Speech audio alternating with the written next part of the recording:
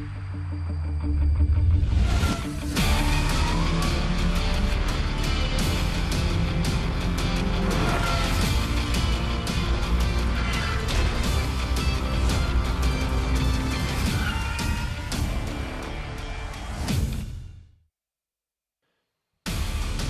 11 of the ABB FIA Formula E World Championship, coming to you from the one and only New York City.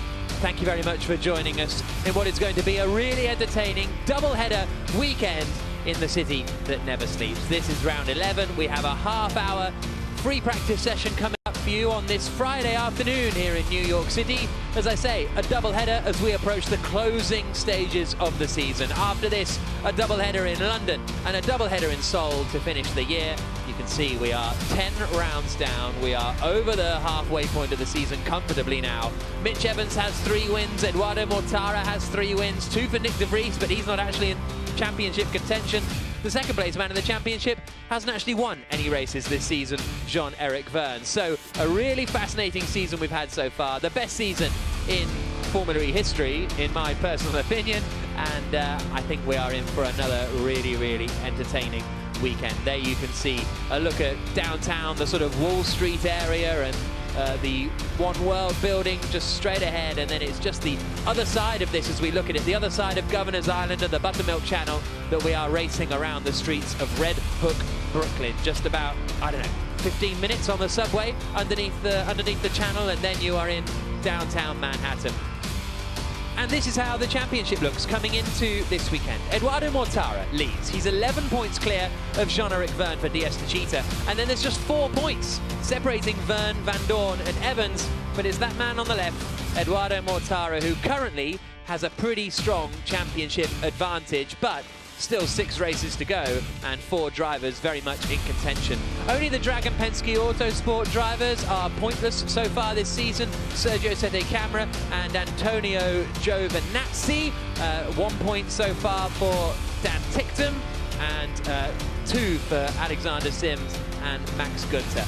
And as far as the team points are concerned, here's a look at them now. It is Rocket Venturi who are at the top, and he is 2 points clear of DS. They are 2 points clear of DS Techeetah, but Mercedes EQ are right in there as well. It's going to be an absolutely fascinating season. There is no doubt about that.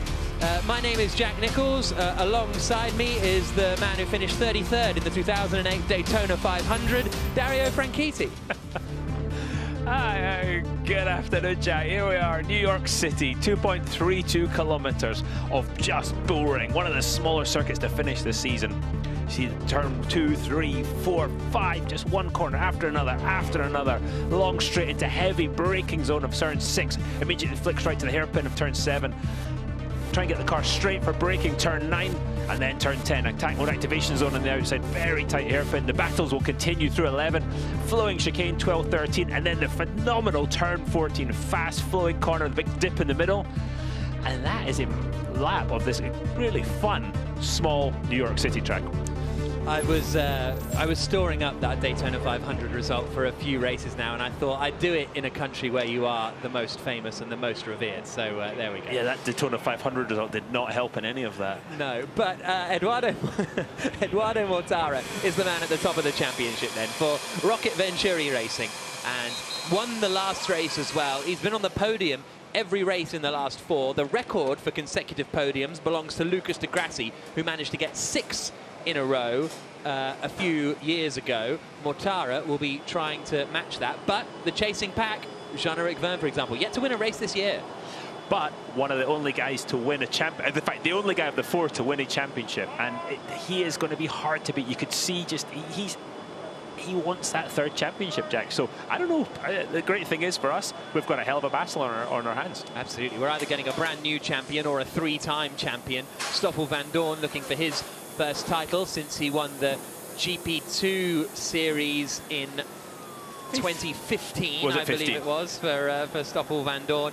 And he is not looking like he's going to go straight out on circuit. The light goes green at the end of the pit lane now, and a few teams and drivers go out. You did the track walk earlier. We've also seen the safety car go out and about, and it is a bit dusty out there. The 2 Jaguars leading the way. Yeah, it really is dusty. We watched the street sweepers trying to clean it, and yeah, making no inroads at all. You see it already, and the cars aren't even at racing speed. And that means the track evolution is going to be fairly big over this weekend, not only over tomorrow's race event, but then Sunday again. So we'll see quite a big evolution. We saw about a second qualifying first race to second year last year, almost a second of evolution.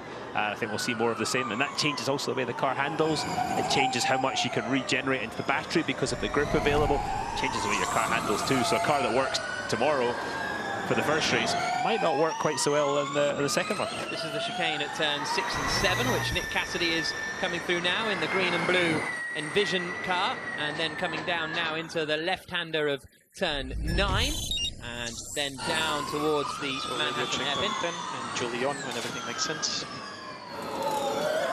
And there is attack mode on the outside of that corner at the Manhattan hairpin, where you can see the skyline now up towards Buttermilk Bend, which is the 11th corner on the circuit, this quick right-hander, and then towards the chicane for Nick Cassidy, a right, and then a left, and then out into Clinton Wharf, the final corner on the circuit. Attention all teams, this is race control. Full course yellow in 5, 4, 3, 2, 1. Full course yellow, full course yellow.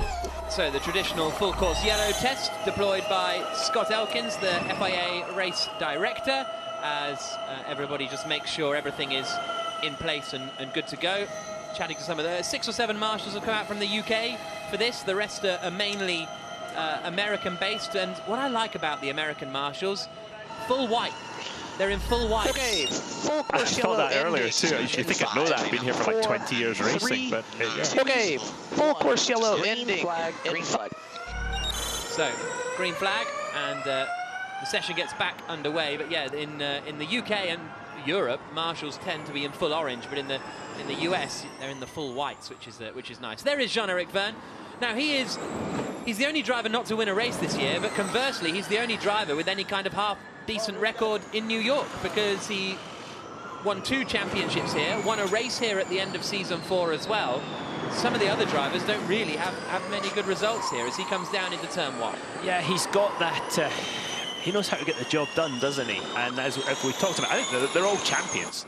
The top 4 drivers we've talked about, they're all champions, but to win a Formula E championship is a little bit different, and what's required.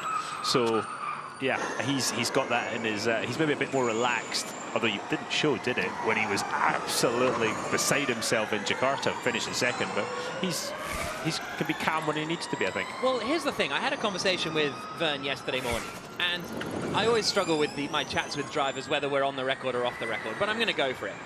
Because he said to me that the thing, once he's won 2 titles, he found motivation a bit of a problem. Everybody else, he said, the other 3 guys are like fully going for it. They desperately want it. And he said, I had 2 seasons of not actually performing very well. So he has worked so hard over the last few months, or the months before this season, to kind of find that motivation and almost reinvigorate himself. And goodness me, have we seen the results this year. Oh yeah, he's absolutely on it. It's one of the hardest things I did was winning that sort of, I guess, the 2nd championship, and then to have the motivation to smash straight into the 3rd and then the 4th in consecutive years. Because you, the team, everybody's like, it's all right, we did it last year. Yeah. And you can definitely get into that kind of mindset, but it's dangerous. And I was really proud that we managed to do that. So I know, I feel Jean-Eric struggles there, but as you say, he is fully motivated. He wants to be top dog again, doesn't he? That sounds like an interesting conversation that I want the 2 of you to have, to be honest. Here is Stoffel Vandoorne. He is lying 3rd in the championship at the moment. Not on the best of form. 2 third places, a 5th and an 8th in the last 4 races. In fact, Eduardo Mortara has scored double the amount of points of Stoffel Vandoorne in the last 4 E-Prix. So it's been qualifying that hasn't quite worked out for whatever reason for Vandoorne, particularly in Marrakesh, starting at the back of the grid. Yeah, so that was actually a good recovery, wasn't it? But yeah. It's that one, it's not the 1 lap anymore with the qualifying you'd got, but you've got to somehow get that lap in to get you into group qualifying, because it's just so competitive now. And with this new qualifying format, this group qualifying format this year, you're racing against, it's the same people. It's the people you're fighting for the championship. It's not like last year when we sort of say, oh yeah, and the highest place championship contender is 14. Yeah. It doesn't happen anymore. You've got to be on it every week. Sebastian Buemi coming through, winner of Le Mans a couple of weeks ago, and the Nissan driver who will perhaps be on his way at the end of this year. There's an awful lot of driver market stuff going on at the moment as he goes around the outside of Stoffel Van Dorn in the Mercedes EQ. But Buemi and that Nissan team, they feel like they were flattered a little bit last year with the reverse qualifying, that sometimes they looked quite good and could compete, but overall they think this year we've kind of settled to where their powertrain actually kind of is, really. Yeah, and they'll be very glad next year when it's a whole new powertrain system with a Generation 3 car, because it's not happened. You know, there's, I think a blind man could see that there's clearly some inefficiencies in that Nissan powertrain, and it's been hard for the team. It's certainly been hard for Sebastian Buemi and Max Günther to make anything happen this year. And to talk about the driver market, but there seems there's a lot of movement, doesn't there? It's I don't think I've seen this quite movement in years in the Formula E driver market. Absolutely, and there'll be plenty of announcements coming up over the next few weeks and months, I imagine. Nissan go to the top of the times. Günther and Buemi, 1 minute 12.9 for Günther, 1 minute 13.3 for Buemi. Sims has returned to the pit lane. Mortara and Verline yet to set a lap, but everybody. The brake pedal is soft. Brake pedal is soft, so when he's pushing it, it's going a bit longer than he would like, and it's not precise. You see Tommaso Volpe there sitting, keeping an eye on what's going on in the Nissan garage. Nissan do now own that Edam's team. It used to be run by the Dam squad and Jean-Paul Drio and then the Drio brothers, but it is Nissan sort of fully in control of that operation now going forwards. That shows a big commitment from Nissan into Formula E. It's really great to see. They're not messing around, and you know, full marks them. And I think this Generation 3 car, they'll be looking to reset and get back to the success they've had previously.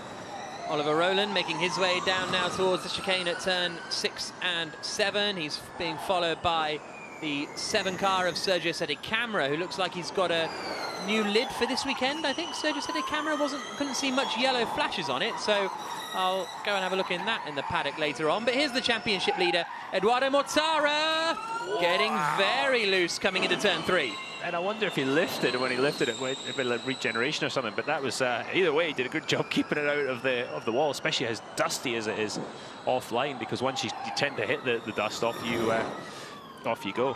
The problem right now, Jack, is you start setting up the car and you're making all these changes for a very dusty track. You come in tomorrow, it's a cleaner track, and as it starts to gain grip, the balance of the car will shift. So you've really got to understand the intricacies of the Formula E car, what you're trying to do, both in terms of mechanical changes in the setup, but also on the powertrain, the differential, all that sort of stuff, how you're changing the way it handles. Edoardo Mortara then never scored points in New York. Now, admittedly, in the first visit to New York that he could have been, he'd missed it. Same reason of Sebastian Buemi. He was racing in the... Oh, no. It was DTM, I think he was racing, wasn't it? I think it was, yes. He missed a race because he was in DTM, and then the next couple of years, he just had some retirements and some non-points finishes for Mortara. Comes across the line, 15th quickest at the moment. Yellow flag at turn 1 because De Grassi went straight on. We just saw him recovering in the bottom of the shot. Jerome D'Ambrosio, team principal, and Delphine Biscay, team manager, watching the action unfold. Now, reportedly, remember they had chairs. Well, no, you were in Marrakesh free practice. They had chairs, and apparently we gave them a bit of. Now they're sitting down, are they? And they thought, okay, well, we'll take the chairs away. So, I would have chairs. Yeah. Oh yeah. Got to sit down. Got to be comfortable, Jack. That was, I wouldn't care what you said. You very rarely do. True. Whoa. Bit of a twitch from Verne coming through the final corner at Clinton Wharf, down towards turn 1. Yeah, and that turn 14 corner, it's on the limit. The guys they're already watching them slide the back of the car as Antonio Felix da Costa takes his own line through turn 1. But they slide the back of the car in entry, then through the midpoint, and as it starts to settle into that bump, they have to lift a little bit to help the car rotate, and then back to full throttle. We've seen some big old shunts there over the years. Alex Lynn had a big shunt there, Sam Bird, I mean, totaled the Jaguar last year in pre-practice, and the team did an amazing job to get it all back together. And that was the spin for Lucas Di Grassi in turn 1. Nice recovery. Yeah, full half spin there for Di Grassi, not just a bit of a run wide. Here is Jake Dennis now, out on circuit in the Andretti. Good, solid performances from Dennis the last 2 races. So maintain mode 2 and Charlie 1. Absolutely. That's, yeah, mode 2 and Charlie 1. Yeah. Jake Dennis has done a good job in the last couple of races as well. The Avalanche Andretti guys seem a bit hit or miss this year. It's, I think consistency has been missing, but it'd be good to have a big weekend here. Michael Andretti, the big boss, is here certainly tomorrow, keeping an eye on things. And Michael definitely likes to see his cars up front. I haven't met a team owner that doesn't. 19 minutes and 10 seconds on the clock. Da Costa quickest, Buemi second, Verne third for what it's worth at the moment. Dennis's qualifying performances recently have been quite decent too. 5th on the grid in the last 2 races, making it through as the quickest loser in the quarterfinals. Verline goes into 2nd place in the times. Here comes Dennis through the final corner now, out across the line, and he goes up 2. He remains in 6th place, doesn't improve, 1.2 seconds off Da Costa's time. But we're not seeing the big lap times come in. There is Michael Andretti on the right-hand side, Roger Griffiths on the left-hand side, JF Thorman in the back there in between them. In the white shirt. Yeah. Yeah. Michael, we were talking about the team had a bit of an issue in the IndyCar race in Mid-Ohio. There was a bit of I think all the teammates managed to crash into each other. So we were discussing that this morning and how Michael was not very happy with that whole situation. But yeah, he's now sort of tuned his drivers in. They know what's expected of them. And yeah, he's hoping for a better weekend. They're up in Toronto this weekend with the IndyCar race. As you see Andre Lotterer jump in the curve into turn 6. Yeah, Lotterer running 9th in the championship at the moment. No points for either Porsche in the last race. In fact, I think this stat is true. It was the first time all season that neither Porsche had made it through to the... No, Verline made it through in Marrakesh, didn't he? It was Mercedes. First time last weekend that neither Mercedes EQ had been through to the Jules part of qualifying. Every race this year, there has been a Porsche in that final 8, but that is just where they live, isn't it? They live in that 6th to 8th bracket. One weekend maybe Verline will come through and get a win, but they just live in the top half of the midfield. Yeah, just need that little bit of little performance advantage to go back to what they did in Mexico City. You know, just thinking about tracks like Mexico City, Rome, Marrakesh. They're quicker tracks. We're going back to these slower tracks to finish the season off. New York, London, the new track in Seoul. They're a bit tighter. They're a bit more sort of traditional, old school, tight Formula E circuits, and that requires a different powertrain sort of settings. It requires different handling, and it also requires a different. Driving style. Sam Bird did the quickest first sector of anybody, but then backed off on the rest of that lap. Robin Freitz is quickest at the moment for the Envision team. Bird just trying to find a bit of space. Van Dorn coming down now into turns 6 and 7, 1 and 2. And then out through the rest of the dock loop and down Bound Street. And there's rush hour. Yeah, Cassidy making his way past Freitz and Bird as Freitz backs off. Here comes Van Dorn on board with him now.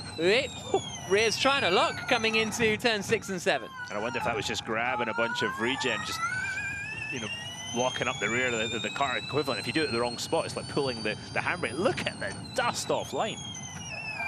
Through turn 9. Nice new surface in turn 9. Doesn't look like it's got any more grip than the old one. Turn 10, attack mode on the outside. This is just action central, that corner. And they generally meet right about there. And we saw a few collisions. Did Verline hit the back of someone last year, I think, and got a penalty? Yeah. And then some guys hit on the exit of the corner. Yeah, because on the entry, if you take attack mode, you can brake so much later than the guys on the traditional line. And so, yeah, that corner lends itself, this track lends itself to quite a physical race, I think. So to see some DNFs in the next couple of days, I would not be surprised. And we've not seen much physical racing, I would say, so far this year. Like safety car wise, we've barely, I think we're still at 9 safety car periods in 10 races as we look at the Mercedes EQ team. Franco Chiacchetti is the man in the spectacles there. Robin Freitz is the man in the car here. And he's got the blue lights flashing on the halo. So he's at full power, Robin Freitz. He's at 250 kilowatts. He's 3rd quickest at the moment. He did a cool down lap on that last lap. So let's see what he's got through the first sector. That'll come on the run down here into turn 6. Freitz through the first sector split. and he is up by over a quarter of a second on Van Dorn's time. Have a bit of curb, Robin. Lovely. I love that, but look at, oh, I was going to say it looks really smooth on the power, then they just saw the rear just kept rotating and he had to grab a bunch of opposite lock, which he did very stylishly. Into turn 9 and then down towards the Manhattan hairpin at turn 10. He's not leaving much margin for error at the moment, is he, in these early stages? Da Costa's just done a reasonable first sector. The back end pinging around as he comes out of the hairpin. They have had wins here in the past, a couple of wins with Sam Bird. In fact, Robin France's last win and the team's last win was here at the end of season 5. After all that, he comes in the pits. Yeah, interesting. Oh, I wanted to at least see what I could do through turn 14 because that was mighty. I love watching Robin France when he's properly on it because it's none of this sort of smooth, is he pushing or isn't he? You know exactly what he's up to. Sylvain Philippe on the left, Mike Lugg on the right, Robin France on the radio. No, it feels okay so far, just check the braking.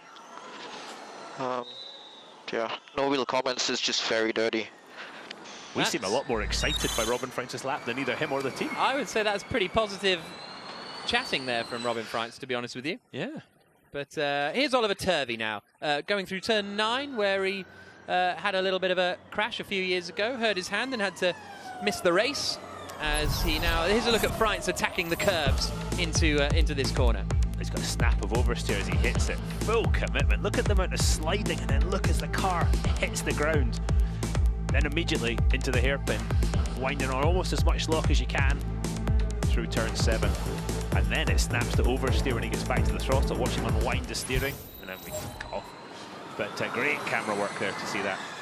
Through the final corner comes Oliver Turvey, out across the line, and Turvey remains in 20th place. Nick Cassidy behind him jumps up into 9th position as he comes through the left and then into the dock loop for Turvey, whose qualifyings have been pretty good this year for Neo. They were a bit too conservative with their battery temperatures in Marrakesh, and a few of the teams kind of were a little bit more conservative than they maybe needed to be, and Neo were one of those squads. Yeah, and that's going to be a factor over the next 2 days. Again, battery temp, as hot as it is, and as much energy demands as there are, the more you can regenerate, the more you can use. So, be interesting to see how people attack that equation tomorrow. Power usage, regen, energy, battery temperature, all that's got to be considered as well. It's going quicker than the other people.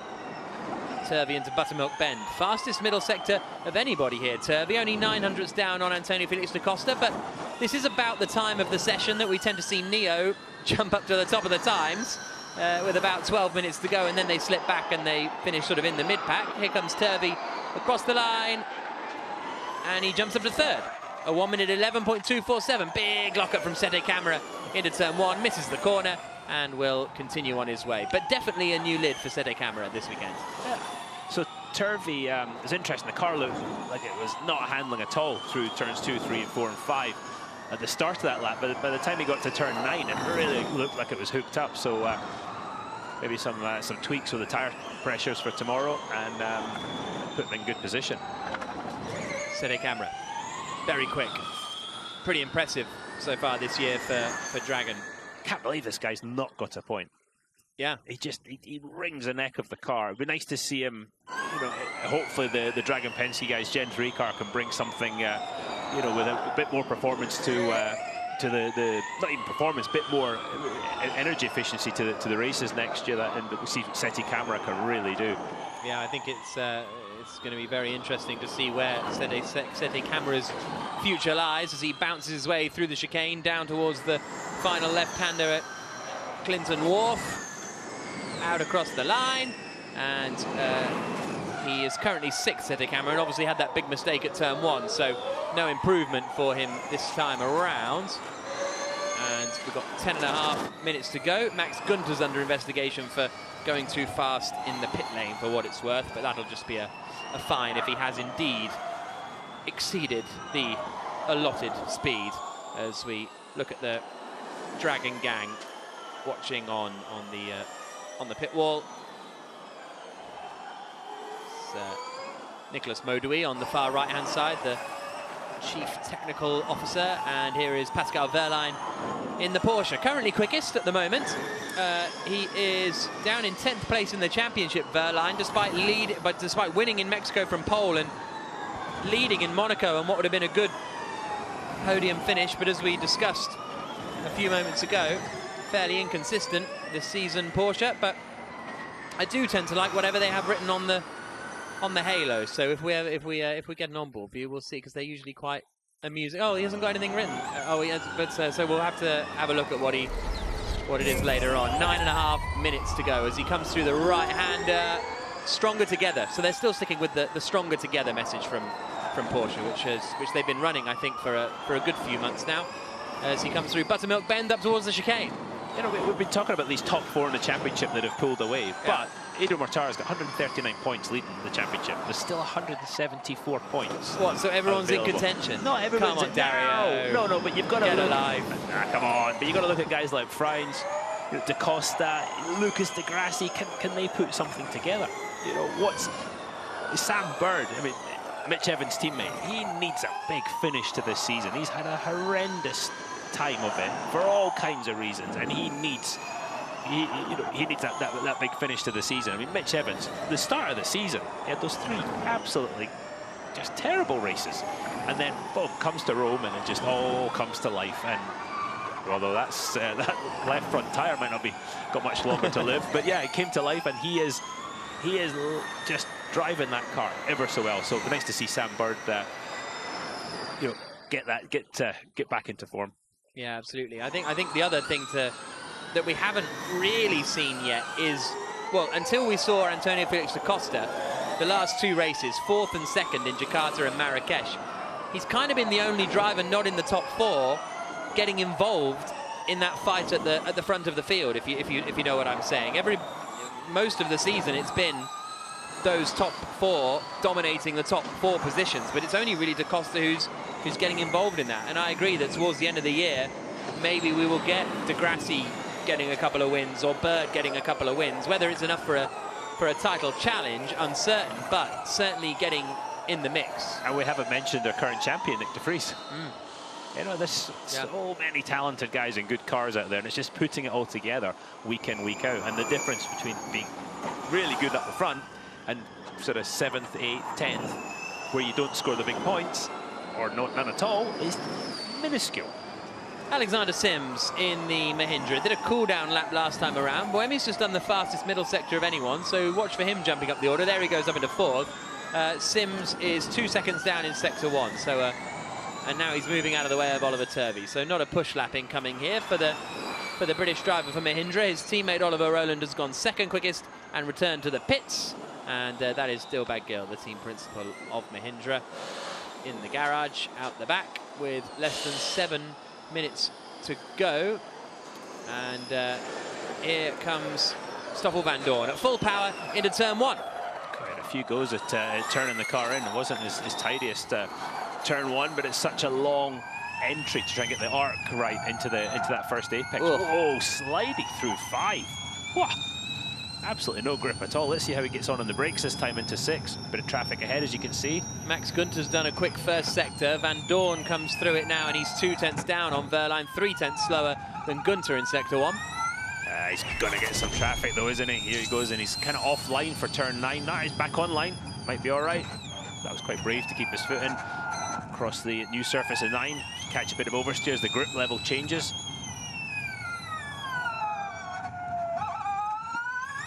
Nice and straight early out of 10, didn't overdo it. Fastest middle sector of anyone. You got to say 11 didn't really flow. Let's see how this next section flows. Wow, a load of bites at the apexes of 12 and 13. Little lift, feathering the throttle, that was great. What a great corner as he comes to the finish, and P1, 10-4. That was lovely. Yeah, 600ths quicker. Wait, now he's overdone it. And round he goes. That doesn't matter. Oh, great recovery, though. You see how little grip there is offline? It just keeps rotating. Yeah, as soon as he was marginally off, he was gone. Ian James. Spun in turn 1. Okay, copy. So this isn't in lap. This isn't. I see Stephen Lane, his engineer, didn't say, haha, yeah, we know, we saw. Yeah. He's very professional. Haha. I'm not sure haha yeah, but you know what I mean. Oh yeah, we saw it.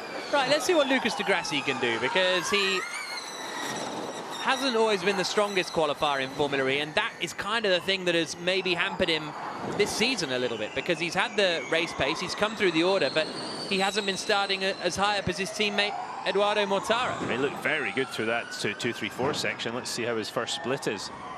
4 tenths down on his teammate Mortara. Oh, clouds the curb though. Do they always take that much curb at 6 and 7? It feels more egregious this year. Yeah, egregious, good word. Thank you very much. I think they started Don't know how to spell it. I haven't got a clue either. I think they started it last year, didn't they? Really. But yeah, it's quite aggressive. Through the Manhattan hairpin. Through the middle sector comes de Grassi, and he's well, he's been good middle sector, although he locked up coming into Buttermilk Bend, and he's only 800ths away after the middle sector on Eduardo Mortara's time. De Vries has gone second quickest with the fastest final sector of anyone. Lovely balance through there. You'd have to say a bit better balance to the Mercedes through turn 14. And he goes third, Lucas de Grassi, just over a tenth slower than Eduardo Mortara, his teammate. Cool down lap, that's P3. Okay, sector wise is 4 tenths sector 1, 500 sector 2, and 2. Gonna say Mercedes EQ powertrain first, second, third, and fourth. Yeah. This is Van Dorn again. As soon as he was offline, he was round. 3 minutes and 20 seconds to go. Here comes Sam Bird, 3-time winner of the New York City E-Prix, the most of anybody. No wins so far this season, no podiums so far this season. 4th in the opening race in Diriyah, his best result of the year. In the Jaguar, and he's only 400ths away from Mortara after the middle sector. He's another actually where the race pace has been absolutely appropriate, but just not starting up at the front of the order. Out-qualified by his teammate Mitch Evans 9-1, and that's been where the troubles have laid. Bird across the line, quickest. There you go. 1 minute 10.171. And that's what Sam Bird needs to see, that kind of give him that confidence. A lot of drivers always run, athletes run on confidence, but I think none more so than Sam Bird. Track is just so bad. Track is so bad, mate. Like so much dust, so far off what.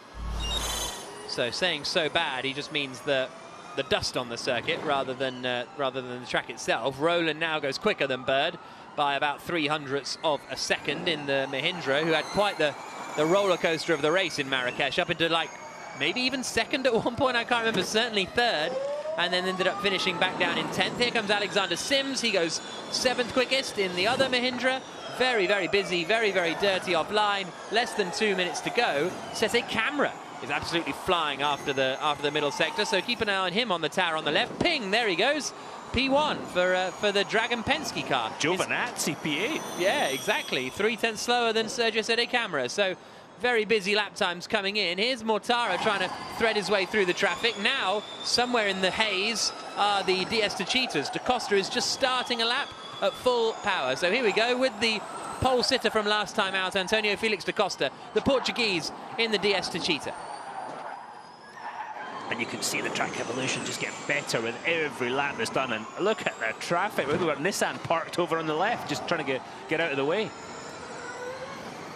New York City-wise, he was 3rd in the second race here last year, 3rd in season 5 for BMW, and those are his only 2 point-scoring finishes. So it's sort of 3rd or nothing for da Costa. No, tell a lie, he finished 9th in the second race in season 5, but I bet he was delighted by that. No, absolutely over the moon as he comes through turn 10 now, that the Manhattan hairpin, and now Van Dorn is 600ths up in sector 1. Da Costa's almost 3 tenths away after the first 2 sectors. Into the chicane, right, left, and now into the final corner. He's got Robin Freins up in front of him, who I think is just firing up for a lap as he comes across the line. No, he's not actually at full power, Robin Freins. Da Costa goes into 5th place. Yellow flag at turn 1. Freins locking up as he steams into the first corner. Yeah, and turn 9. But there's not a lot of runoff at turn 9, so... Verline goes 5th quickest. Dennis is coming towards that yellow flag sector now, and the track is now clear, so he can keep a cracking on. Into 9 now. Watch the snap of oversteer. There we go. As that grip goes away on the old surface. We've got a yellow at turn 6 now as well. Dennis, it's all happening. It is. Dennis is a quarter of a second away after the first sector. Here comes the middle sector split. He's now half a second down. He is currently 15th quickest. He's got Mortara up ahead of him. Checkered flag is out. Lucas de Grassi is the first driver to take it as Dennis now comes through the final corner, out across the line, and he goes from 16th up to 10th for Jake Dennis. Less than 6/10 away from Stoffel van Dorn. Griffiths and Andretti left and right. De Vries heading into the final corner. There comes Jean-Eric Vergne. We're on board now with De Vries. Evans did the fastest final sector of anyone on that lap, but was a second away in sector 1. So he only went 15th quickest. De Vries, in the end, finishing 8th at the checkered flag. And I don't think we've got any more big laps to come in. Here comes Oliver Askew, his teammate, and Askew remains 22nd, 1.6 seconds away from Stoffel van Dorn. And he had his best qualifying of his Formula E career last time out, getting into the duels in Marrakesh and finishing that qualifying session in, he feels for time as he looks for the right piece of paper, 7th on the grid, Oliver Askew. A little chat in the Andretti garage. You know, and Askew being a rookie, this tonight for him, having that night to think about it, that night to process the information. Yeah, because this is quite a rarity in Formula E that we have free practice 1 on the Friday afternoon and then free practice 2 bright and early tomorrow morning. Yeah, normally it's just so quick fire. That really helps the teams, I think, to go over the information and really come up with some new solutions for tomorrow. But the track's going to be a lot different tomorrow as well, because it's sat and baked in the sun all day. We talked about the dust, but it's baked in the sun. Qualifying tomorrow, the track temperatures, I think, going to be a lot lower because it's happening. You know, what time is it? It's 8:45, isn't it? Is it 8:45? Yeah, you're right. Yeah.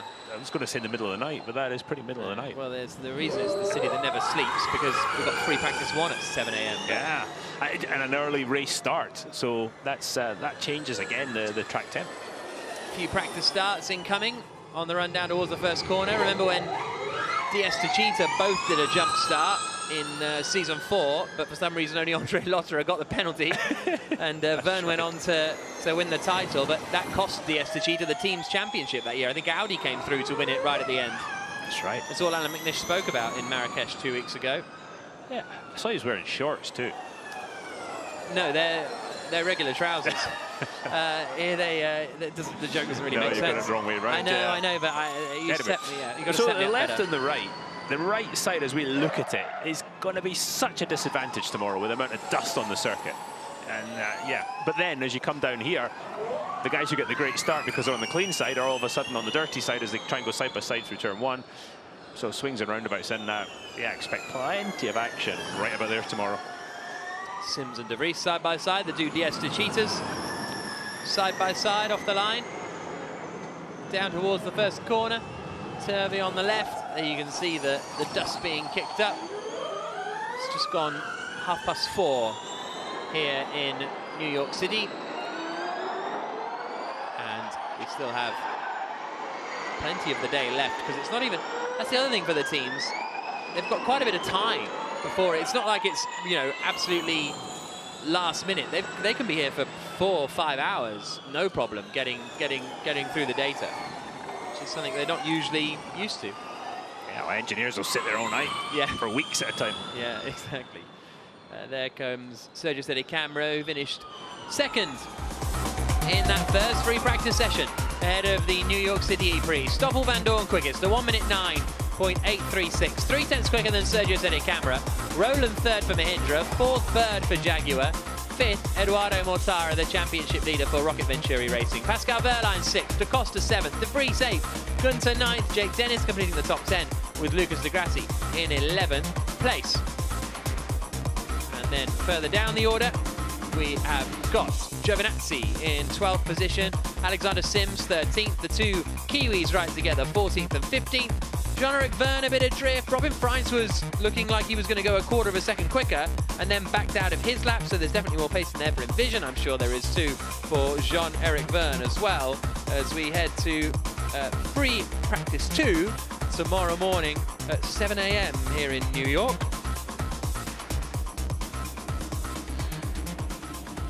So, end of free practice 1. Stoffel Vandoorne still wrestling his way around, having just done his practice start and making it back to the pits.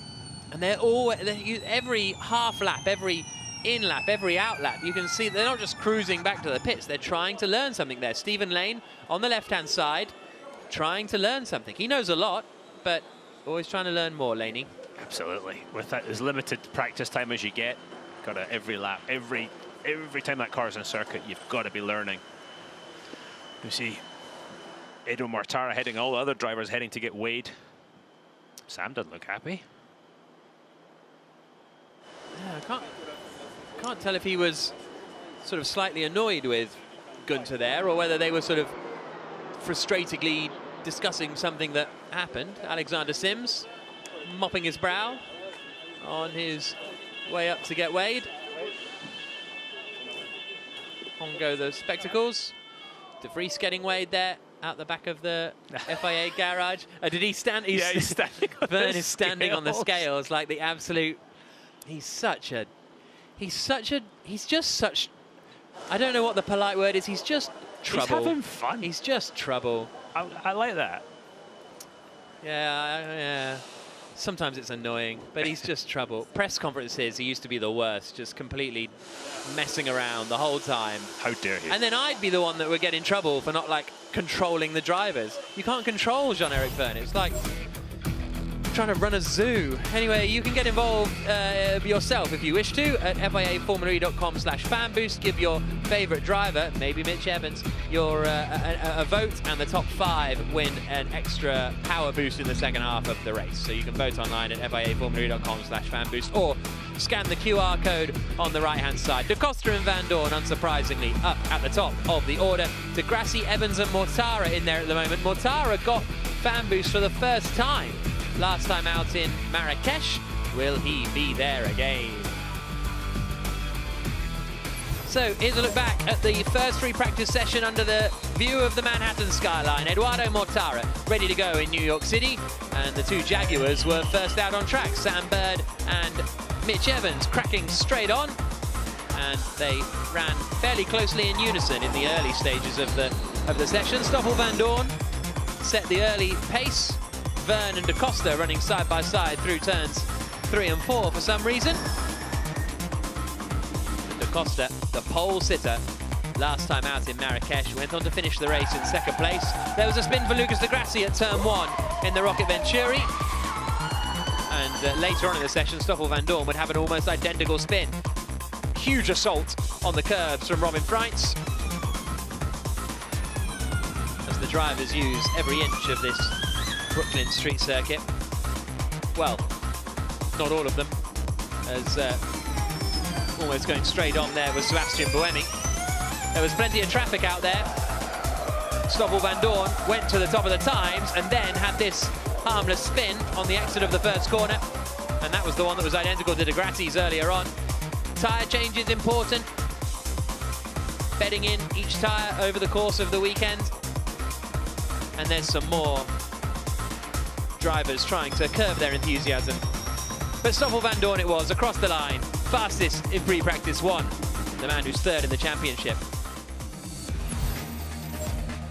7 o'clock tomorrow morning, Stoffel Vandoorne will be doing the opposite of what he's doing now. He will be getting going for free practice 2. Another half hour of practice, then we're in for qualifying at 8:45 in the morning, and then the race getting underway at 1 p.m.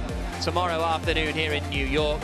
So that is going to be 7 o'clock in the evening in Europe, 6 o'clock in the UK. Make sure you join us, because we are into the business end of the season here in New York and Formula E.